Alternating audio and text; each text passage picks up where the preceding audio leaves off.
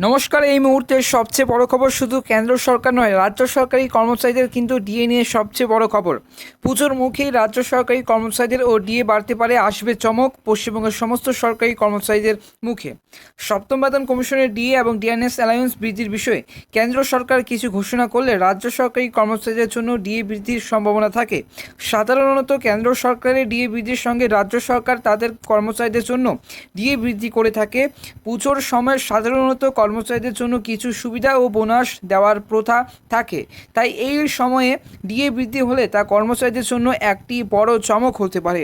রাজ্য সরকারগুলি তাদের অর্থনৈতিক পরিস্থিতি ও বাজেটের রাজ্য বাজেটের উপর ভিত্তি করে সিদ্ধান্ত নেয়, তাই সরকারি কর্মচারীদের জন্য ডিএ বৃদ্ধির বিষয়ে আনুষ্ঠানিক ঘোষণা আসা পর্যন্ত অপেক্ষা করতে হবে। আপনারা যদি আরও তথ্য বিস্তারিত জানার প্রয়োজন হয়, অবশ্যই কিন্তু আজকের এই ভিডিওটি অবশ্যই প্রথম থেকে শেষ পর্যন্ত দেখবে। মূল বিষয় হচ্ছে শুধু কেন্দ্র সরকার নয়, রাজ্য সরকারি কর্মচারীদেরও কিন্তু সেই ডিএ নিয়ে সবচেয়ে বড় খবর হতে পারে। দুর্গাপুজোর মুখে রাজ্য সরকারি কর্মচারীদের কিন্তু মহার্ঘ ভাতা, ডিএনএস অ্যালাউন্স বা ডিএ বাড়াতে এবং বাড়ানো হতে পারে। কত শতাংশ ডিএ বাড়ানো হতে পারে, কবে ডিএ বাড়ানো হতে পারে, বোনাসও কি মিলবে, এই প্রশ্ন কিন্তু সবার মনে রয়েছে পশ্চিমবঙ্গের সমস্ত রাজ্য সরকারি কর্মচারীদের। তবে এই মুহূর্তে যেটা রাজ্য সরকারি কর্মচারীদের বকেয়া মহার্ঘ ভাতা, ডিএ বৃদ্ধির বিষয়টি সাধারণত কেন্দ্র সরকারের সিদ্ধান্তের উপর নির্ভর করে। দুর্গাপুজোর সময় ডিএ বৃদ্ধির সম্ভাবনা থাকে, কারণ এই সময়ে সরকার কর্মচারীদের জন্য বিভিন্ন সুবিধা ঘোষণা করতে পারে। এবার ডিএ বৃদ্ধি নিয়ে কিন্তু কি কাঙ্ক্ষিত প্রশ্ন রয়েছে সরকারি কর্মচারীদের নিয়ে, এবং ডিএ নিয়ে কি আপডেট হতে চলেছে। রাজ্য সরকার সাধারণত কেন্দ্র সরকারের দিকে নজর রাখে। যদি কেন্দ্র সরকার ডিএ বৃদ্ধি করে, তাহলে রাজ্য সরকারও কিন্তু তাদের কর্মচারীদের জন্য একইভাবে ডিএ বৃদ্ধি করতে পারবে। এবার সাধারণত 3 থেকে 5% কিংবা তার বেশি বৃদ্ধির সম্ভাবনা থাকে। প্রকাশের সময় ডিএ বৃদ্ধির ঘোষণা সাধারণত পুজোর আগে কিংবা পুজোর সময় করা হয়, কিন্তু নির্দিষ্ট তারিখ এবং আগে থেকে কিন্তু বলা মুশকিল যে বোনাসটা কীভাবে দেওয়া উচিত রাজ্য সরকারকে। তবে এই মুহূর্তে যেটা বোনাস পুজোর সময় রাজ্য সরকারি কর্মচারীদের জন্য বোনাস দেওয়ার প্রথা রয়েছে, সাধারণত এই বিষয়ে ঘোষণা করে থাকে এবং এটি সাধারণত ডিএ বৃদ্ধির সঙ্গে যুক্ত হতে পারে। সঠিক তথ্যের জন্য ঘোষণা এবং সংবাদ মাধ্যমের খবরের দিকে অবশ্যই কিন্তু পশ্চিমবঙ্গের সমস্ত রাজ্য সরকারি কর্মচারীদের এবং সংবাদ মাধ্যমের খবরের দিকে নজর রাখা উচিত। এবার প্রশ্ন হচ্ছে, সর্বপ্রথম কবে কেন্দ্র সরকারি কর্মচারীদের বকেয়া মহার্ঘ ভাতা, ডিএনএস অ্যালাউন্স বা ডিএ বৃদ্ধির ঘোষণা করা হবে, সেটা তো এবং কাউন্টডাউন চলছে। তবে শুধু কেন্দ্র সরকারি কর্মচারীরা নন, দুর্গাপুজোর আগেই রাজ্য সরকারি কর্মচারীদেরও কিন্তু মুখে হাসি ফুটতে পারে, কারণ তাদেরও কিন্তু সেই বকেয়া মহার্ঘ ভাতা বাড়ানো হতে পারে বলে একাধিক মহলের তরফে দাবি করা হয়েছে। কেন্দ্র সরকারি কর্মচারীদের বকেয়া মহার্ঘ ভাতা, ডিএর বৃদ্ধির ঘোষণা সেপ্টেম্বর 2024-এর শেষ সপ্তাহের হতে পারে। এই মাসের সেপ্টেম্বরে শেষ সপ্তাহে ডিএ বৃদ্ধির ঘোষণা করতে পারে কেন্দ্র সরকার।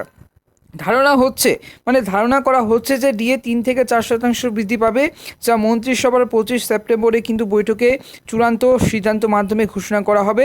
এই বৃদ্ধির ফলে বকেয়া মহার্ঘ ভাতা 53% পৌঁছাবে কেন্দ্র সরকারি কর্মচারীদের। তাছাড়া পশ্চিমবঙ্গের রাজ্য সরকারি কর্মচারীরাও কিন্তু শীঘ্রই বকেয়া মহার্ঘ ভাতা বৃদ্ধির সুবিধা পেতে পারেন, যা দুর্গাপূজার আগে ঘোষণা হতে পারে বলে কিন্তু অনেক সূত্রের দাবি রয়েছে। একাধিক রিপোর্ট অনুযায়ী এবার কেন্দ্র সরকারের তরফে ডিএ বৃদ্ধির পরে রাজ্য সরকারি কর্মচারীদের বকেয়া মহার্ঘ ভাতা বাড়ানোর ঘোষণা করা হবে। সব কিছু ঠিকঠাক থাকলে সেপ্টেম্বরের শেষের দিকে বা অক্টোবরের গোড়ার দিকে ডিএ বৃদ্ধির ঘোষণা করবে কেন্দ্র সরকার। তারপর ডিএ বৃদ্ধি নিয়ে উত্তরপ্রদেশ সরকার ঘোষণা করতে পারে বলে কিন্তু একাধিক রিপোর্ট জানানো হয়েছে। হ্যাঁ, একাধিক কিন্তু রিপোর্টে উল্লেখ করা হয়েছে যে কেন্দ্র সরকারের তরফে বকেয়া মহার্ঘ ভাতা ডিএ বৃদ্ধির পরেই কিন্তু বিভিন্ন রাজ্য যেমন উত্তরপ্রদেশ তাদের সরকারি কর্মচারীদের জন্য ডিএ বৃদ্ধির ঘোষণা করতে পারে। এবার কেন্দ্র সরকারের পক্ষ থেকেও কিন্তু সেই সেপ্টেম্বরের শেষের দিকে বা অক্টোবরের শুরুতে ডিএ বৃদ্ধির ঘোষণা আসতে পারে বলে কিন্তু ধারণা হচ্ছে কেন্দ্র সরকার ও রাজ্য সরকারের দুই পক্ষেই। প্রশ্ন হচ্ছে যে কত শতাংশ ডিএ বাড়ানো হতে পারে। একাধিক রিপোর্ট অনুযায়ী উত্তরপ্রদেশের রাজ্য সরকারি কর্মচারীদের 4% মহার্ঘ ভাতা বাড়ানো হতে পারে। সপ্তম বেতন কমিশন আওতায় বেতন পান উত্তরপ্রদেশের রাজ্য সরকারি কর্মচারীরা। তারা আপাতত কেন্দ্র সরকারি কর্মচারীদের হারিয়ে ডিএ পান, অর্থাৎ কেন্দ্র সরকারি কর্মচারীদের মতোই উত্তরপ্রদেশের রাজ্য সরকারি কর্মচারীরা 50% হারে ডিএ পাচ্ছেন। উত্তরপ্রদেশের রাজ্য সরকারি কর্মচারীদের সংখ্যা 15 লাখেরও বেশি কিন্তু রয়েছে।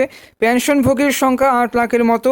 একাধিক রিপোর্ট অনুযায়ী পুজোরমুখী রাজ্য সরকারি কর্মচারী এবং পেনশনভোগীদের বকেয়া মহার্ঘ ভাতা বৃদ্ধির ফলে রাজ্য সরকারের কোষাগার থেকে বাড়তি 3,000 কোটি টাকা খরচ হবে বলে কিন্তু একাধিক রিপোর্টে জানানো হয়েছে। শুধু তাই নয়, এবার নন গেজেটেড রাজ্য সরকারি কর্মচারীদের বোনাসও কিন্তু প্রদান করা হবে। একাধিক রিপোর্ট অনুযায়ী বোনাসের অঙ্কটা কত হবে সেটা রাজ্য সরকারি কর্মচারীদের বেসিক স্যালারি এবং বকেয়া মহার্ঘ ভাতার উপরে নির্ভর করে। গত বছর বোনাস হিসেবে নন গেজেটেড রাজ্য সরকারি কর্মচারীরা 7,000 টাকা কিন্তু পেয়েছিলেন। এবার সেই অঙ্কটা বাড়তে পারে বলে কিন্তু একাধিক রিপোর্টে জানানো হয়েছে।